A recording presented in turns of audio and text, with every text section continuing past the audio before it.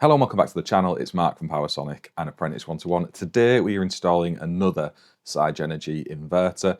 This one's a bit different because we're popping a system in place of what was an existing Sonnen battery system, and the customer has opted to change out for the Sigenergy system here, and we'll get to why through the course of this video. Just to stay right at the start of this, if you're a customer who is looking for a proposal on your solar PV and battery storage, please do get in touch with us. There'll be a link in the description alongside wherever you're watching this. And if you haven't already, subscribe to the channel because we do share lots of content around solar PV, battery storage and EV charge points. Loads of different manufacturers in and amongst all of that as well. So hopefully it's useful to consumers and installers alike out there. I'm going to bring you in a little bit closer. We'll show you the setup we've got and talk about some of the things that are unique to this specific system. So first up, we'll look at what we've actually got in play here. You will see we have got 3 battery modules. These are all 8 kilowatt hours. For those who aren't familiar, the Sigenergy system does come in 5 and 8 kilowatt hour battery module flavors. We've got a 10 kilowatt inverter on the top of here, and that's primarily for the customer to use the overnight charging windows and discharge that power into the home through the day. They have got a small PV system on this install, but it's certainly not enough in size to get this thing running to its maximum rating. And that's what we're seeing a lot of at the moment, is consumers sizing their inverters set more towards the overnight charging and then discharging peak demand. Inside the gateway here, for those of you who've watched the channel before, you'll be familiar with this, but we've got our breaker setup that is part of most gateways. So you're bringing your grid input in, which is coming into this MCB up here. And then we're returning the consumer unit backup port through this MCB here. And then we've got our inverter input on here. We are also going to utilize the smart port on this one, and that is for the existing solar PV, so we can monitor it inside the Sigenergy system. As we've shown on the channel before, if you don't use a gateway, you can use a normal metering kit and still get it to display within the app, but this is much easier to configure in this setup. And again, just to say how this kind of operates, when you're in an on-grid state, you retain your grid connection. If your battery storage system is charged or there's PV generating, there'll be input through this port here, and then your consumption is drawn through this MCB here. So if you have got an excess of solar beyond your consumption, that power will be stored into the batteries down here. If you have got not enough supply within your property, so your batteries are depleted, there's not enough solar generation, then you can draw your consumption from the grid. It kind of blends everything together.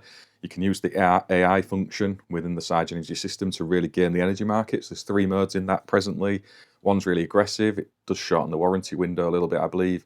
The other 2 modes slightly less aggressive, which works within the warranty framework of the product and still allows you to play those energy markets.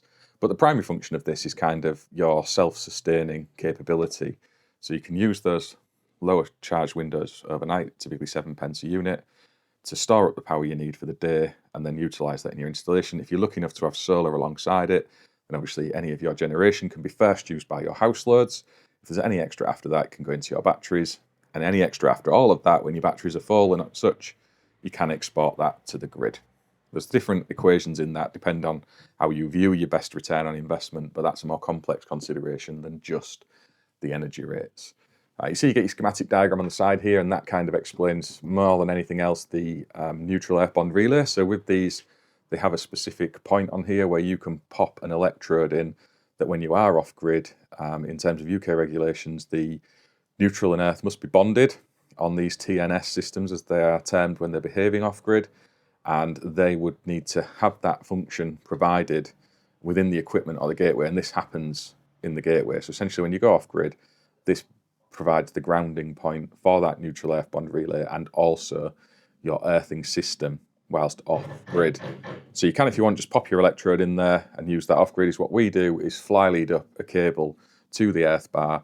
That way you can make use of the earth electrode in both the grid tied state, so you're supporting the PME as we're told that we should do on our systems, and also you can make use of all of the earthy bits, your bonds and such, when you're in that off-grid state. That's how we see it as making most sense, and it is how guidance directs us presently. But if you want and things change, you can just have that islanded electrode there. And obviously these are global products where different standards apply, so that is what that's for. Up here you've got the kind of comms port, so if you want to take in extra CTs for your 485 comms to other products. They're all in there, so you can still wire those functions in. And you've got your 2 Ethernet ports up there. Basically, one you can bring a data connection in, and the other is used to connect to the Sigen store in and of itself. So they need direct comms to each other. Sometimes these products are located remote from each other. In this case, as is usual on our installs, they're fairly close by. So I hope that explains the gateway. You can see side on, the kind of space in there. It's often deceptive on images with this, but there is big spacings between all of this metal work. It's always a shock for us as electricians when we see in enclosures with all the metal work that's readily accessible. But of course, we should never be in these while they are energized. And there is bus bar covers and front covers on all of this as well. So well protected. You can see the CTs up here that are doing all the monitoring. This is your grid CT over on there. We've got our consumption CT up there, and I assume other CTs that are working for the smart port and such up at the top there. These are all fixed in position. We've got our ferrite shroud on there as well. And this is where all the smart stuff is. So basically a little computer up there at the top. You can interchange these breakers. We've been asked this before, so if you want to up or downsize your backup port breaker, your grid breaker, all those things can be done. And the same with these, if you need RCBOs on these circuits, these can be swapped out as well. They do all come pre-torqued and marked, as you can see on there. All these bus bars and connections are all torqued down by the manufacturer, so if you are opening them up again, you need to make sure you restore them back to the appropriate torque setting. Our circuit down to here is this steel wire armour, 5-core 25mm, which is bringing power across. So we're gumming up this trunking, as you'll see here, pops across the top into the property and then runs off to the meter cabinet. I won't show you that because it'll give away our location, and as always, we don't show where our customers reside and also their personal possessions in our videos, so we won't be doing that. We have got an electrode which is living in the trunking to keep it nice and tidy, so that's down the bottom there. Drilled through and knocked a rod down. It is an integrated garage, but there's no services in there, and we were happy in doing that. The customer wanted the electrode out of sight, neat and tidy. It's their request, and we have obliged. It's given us the appropriate function when you're islanded for that electrode, and that cable pops out here and runs up into the gateway and onto the earth bar. We've got our 10mm HO7, which runs in from this C63 breaker here. That feeds over to our Proteus isolator, which gives us the function of being able to isolate the inverter of itself down here. Now, because we've got the breaker in there in the gateway anyway, there's argument for if you need that or not, but it is a really clear visual point of isolation for the system, and we always fit them. I'll take you in a little bit closer on the side of the inverter and we can have a look at that. Just to say, we have brought the solar circuit down, which is this one here, and we're going to wire that into an RCBO in the gateway. We'll show you how we come to do that later on, basically linking into the smart port but rated down with an RCBO. In the side of the inverter, you can see we've got the usual 4 MPPTs. They're not utilised in this state because there's no solar coming direct into the system. We're tying up with an existing fit solar system, and we don't want to be interfering with that at all. It's retaining the same, they're actually microinverters, so they're Enphase. It's retaining all of the same features and functions of itself, and just been brought down here on the AC side. We've got our DC isolator that's built into the product here, for those of you who want to rely on those rather than external isolators. That does satisfy the intent of that. These are the 2 Ethernet connections here. So one's bringing data in and one is taking the connection back up to the gateway, so the 2 products can speak to each other. We've then got the Wi-Fi dongle on there. If you want, you can use the comms USB module, which would go into this port here for your 4G. And then you've got your, what I would call and do call, the big plug terminal down there. That is where you can connect in all your metering kits and any other bits and pieces that you want. But in this case, we're using the gateway. All of that functionality is taken care of in the gateway itself. And then we've got our main power cable here, the 10 kilowatt rated inverter. And we tried to install this in a way that keeps it neat and tidy. So we've got the trunking up the side there. We've still left this loose. It's not fastened back because we might need to be in it yet. And once you put the trunking lid on, those of you who know, it's quite difficult to get back off. So we've just left that loose for the minute. I'll show you it buttoned up at the end. Got a little gap down the side of the gateway there, but we've tried to keep that as neat and tidy as we can, basically. I've stepped back as far as I can. You'll be able to see, but cable in, down the trunking, loops down here, up and into the inverter to give us the bending radius These 5-core steel wire armor cables are not easy to shape in small places. If we'd brought it out up here, it's still on show and it actually would stop another battery module from going on. We've left just enough space for if the customer wants to add a 4th battery, which would be the limit of what they would ever need. And the gateway can always be moved if it needed to go higher. But again, customer request, keep it all in line, nice and neat. So that sits in line with there. Once we've got it powered up, I'll show you it functioning of itself. Inside, we're basically taking the other end of this steel wire armor to the consumer unit, and I'll get some close-up footage of that once we're doing it, but we're basically swapping the main switch out and then breaking apart the tails in and return from the gateway via this steel wire armor. Seeing is believing, so I'll show you a bit of that once we've got it done. Otherwise, let's move on with the video, and I'll drop back in a bit to show you some progress and a little clip of the Sonnen battery we've taken out. We're not going to focus in on that. I don't want to discredit another manufacturer in any way through the course of this video. Customer wasn't happy with the system, so we've taken it away, and they've very kindly donated it to the Apprentice One-to-One training space, and I'll speak more about that later on the video, because that is a sensational gesture from a wonderful man, and we are very, very grateful. We are at the A1-to-1 training space, which is going to co-house the day job as well. We've got a little bit of space here set aside for what we do on the solar element of the business. However, the kind donation from Paul is going into this space here, and I cannot thank him enough for that. It wasn't expected, it wasn't necessary, but he was absolutely adamant, and now thanks to him we can offer another piece of training around another manufacturer's equipment to other electricians and trainees coming through this space, hopefully to be given some knowledge and skills that's helpful for them going forward. And that kind of stuff is just amazing. It's not lost on me, the generosity of others. You know, why would anybody really want to do something like that? We're very grateful, very humbled, and hopefully when Paul is up in the area, if he ever is, he's going to pop through and take a look at what we've put in place here and how he's helped us in doing it. So huge thank you to you, Paul, with that, and you're an absolute legend, and hopefully you are very happy with the work we've done in your home with your new system. Let's get back to the video, and there'll be some other content, if it's not already out, on the Apprentice One-to-One YouTube channel running through this space, and also on this channel where we get into a bit more about what this is, and for you to have a better close-up look at it. Let's get back to it. So let's run through a little time lapse of the install. You can see the guys here removing the Sonnen battery system and popping that into my van to whiz back up to the A1-to-1 training space. We didn't go too harshly with everything into the back of there and pop the lid in the big van, so we wasn't going to risk damaging it. And now we can set to fitting the new equipment onto the wall. We were lucky enough to have plenty of space here to work with. This wall's a bit deceptive because it doesn't go the full height of the garage. It's kind of sat just a little bit underneath. There's a better angle on this later on that shows it.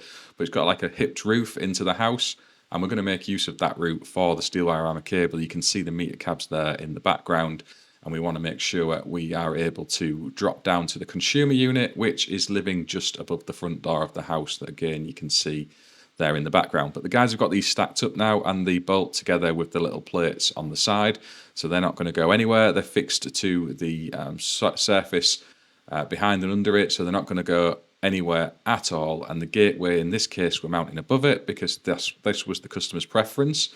So with these, it is always a trade-off. If you're going for that neat slimline look and putting the gateway above the battery system, you do lose space for stacking your batteries ever higher. However, with this being a 2-bedroom bungalow, the prospect of that needing to be the case here isn't really likely, and the customer doesn't see any requirement beyond what they've already got here. If anything, perhaps another battery module, and there is just space for one more. You see me there bringing in the supplies for the guys to keep them going, and we're now on with wiring out the gateway to the Sigenergy store system. So with this, we've got Matty on the comms cables, and there is a data link between the Sigenergy store and the gateway, and we've got Ethernet going into the gateway as well. You can take that into either the gateway or the Sigenergy store. While me and Nathan are working on the AC cables, ferruling up the ends of the HO7 cable, 10mm in flavour because we've got the 10 kilowatt inverter, and we can sort of multitask across this to get it wired and on the wall. And to be honest, it takes a little more than 2 or 3 hours to be in that stage. As always, with these ones where the gateways are remote from the main supply, we're bringing a steel wire armor cable down to this area. It's a 5-core in flavour, and that is bringing us the grid down and returning power back to the consumer unit. In the consumer unit, we've replaced the main switch for a 4-pole main switch. Basically, that has the grid coming into the top of it. We then take the grid out the bottom of it back to the gateway here, and then we return that gateway power again into the top of the main switch, and then that feeds out to the consumer unit. The thinking of that is if an electrician who isn't familiar with solar and battery storage comes to work on the consumer unit and they isolate that main switch, they can have confidence that everything beyond the top terminals of that are dead. It is one of those where it's very common that is the process of isolation electricians use, so we thought it makes sense to start doing that when we're breaking out the tails in those. And you can see we've used an SWA storm gland, and we've used a reducer on that, the 40mm holes into the gateway, so we've popped a little reducer onto the 25mm gland, and then used the appropriately sized earth nut inside to make sure it's earthed down. Popping the the grid feed into the grid MCB in the gateway, and then we can look to start wiring this out for completion. The route back over to the consumer unit isn't tricky, so let's get on with that. So now we're all powered and tidied up, I thought I'd give you a quick run through what we've got here. So you can see we've got our stack of batteries, so that's 24 kilowatt hours of stored energy. We've got our 10 kilowatt inverter on the top. This is tied to both Ethernet and Wi-Fi. I'm going to mention a bit about that in a minute because I had some questions and I thought it makes sense to cover those. We've got our rotary isolator here, which is 63 amps, and that is living at the end of our 10mm HO7 circuit here, feeding down to the inverter. We've got our 5-core mains cable, which is bringing grid power down and also returning power back to the customer's consumer unit. We've got our earth rod wired in on the bottom here as well. We've got data comms bringing the Ethernet down, also comms out between the two products. And we have also got the solar PV system brought into here as well. So let's open the gateway and have a little look inside there. And you can see is what we've basically done is repurposed the solar breaker into this board. So that is now protected as it was at the customer's consumer unit, but down here at the gateway. And that is also wired into the smart port up here. So you can see the generation in the app as well, and it can make use of that generation as it wishes. We've got the grid breaker here, which is basically bringing that 60 amp feed off the grid down to this system. And then we've got our battery breaker over there. And then we've got our inverters. In fact, I'll bring you in a bit closer. We've got our inverter breaker here. These are two spares for if the customer ever decides to grow the system. We've got our backup port, which is returning power to the consumer units. And we've got our SPD here on the AC side as well, looking after that. These boxes are rock solid. I really like these gateways. I know a few people get upset with the buzz bars being exposed inside them. However, it should always be isolated when you're in there. There is the front cover on it. It's aluminium, it's cast, it's absolutely rock solid, and they actually don't go crazy on their IP rating. These are IP54, I want to say. See if I can find a data sheet on the side. Yeah, so it's IP54. So there's other brands out there who will use these as an IP65. I think it's more to do with the switchgear in it, because I can't see any way that moisture's getting in that beyond some of the other gateway options that are out there at IP65. I find that hard to believe, but again, you've got your grid ratings on the side here, so it's actually telling us what our rated values are. We're 50, 60 hertz. We can have 100 amps on the AC input, 100 amps on the backup. We've got inverter ports rated at 55, 32 and 32 amps. And we've got a smart port, which is rated at 63 amps. So if you're considering using that for a heat pump or whatever, that's what you're rated to. It even gives you a maximum altitude of 4,000 meters, so don't be going too high up. And it will work from -30 to +50. I really like them. I really like these gateways. I think they're a lot better than other manufacturers' options out there. And I think they look the absolute business on the wall. We've tried to keep this as neat and tidy as we can. I will get a step back picture of this. It's hard because we're in a garage and this is as wide angle as my camera goes. In fact, I'll spin around to, if it will, I'll spin you around in a second to portrait and get a little bit of video footage as well, just to roll in alongside the video. And otherwise, we'll move forward and see where we're at. This is a bit of portrait footage, gives you a better view of it. And you can see down there, nice and neat. We've got a nice little loop up for that, and I think that looks the absolute business. But let us know what you think in the comments. This stuff is industry leading, it's premium products. The warranties are exceptional, and we've had absolutely no issues with these. They're among the simplest systems to commission and set up, which we also absolutely love. And they're scalable as well. So if you're not sure on your battery capacity, we always advise customers to go for something that will fit their needs rather than exceed them. And then if needs be, you can add more to it rather than have dead money sat in batteries. So there we go. That's another system installed and now running on battery power for overnight capability. As I said, we're not going to go into the finer points of what did and didn't work with the Sonnen system, but I just want to say a massive thank you again to our customer Paul for donating that to the apprentice one-to-one training space. It's massively generous. I don't really know what to say about that, but we're very, very grateful, and it will help in training lots of electricians of the future and giving some varied experiences of different bits of kit. And just to say, if you're a customer out there and you're looking for battery storage, solar power, EV charge points, please do get in touch. If you've got any questions around the content we've shared here as well, equally drop it in below. We absolutely love these Sigenergy systems. We've fitted loads of them up and down the country, and so far without a single issue. And we're hoping our customer Paul here is going to have lots of success with this for many, many years to come. And you never know, we might be back here again soon.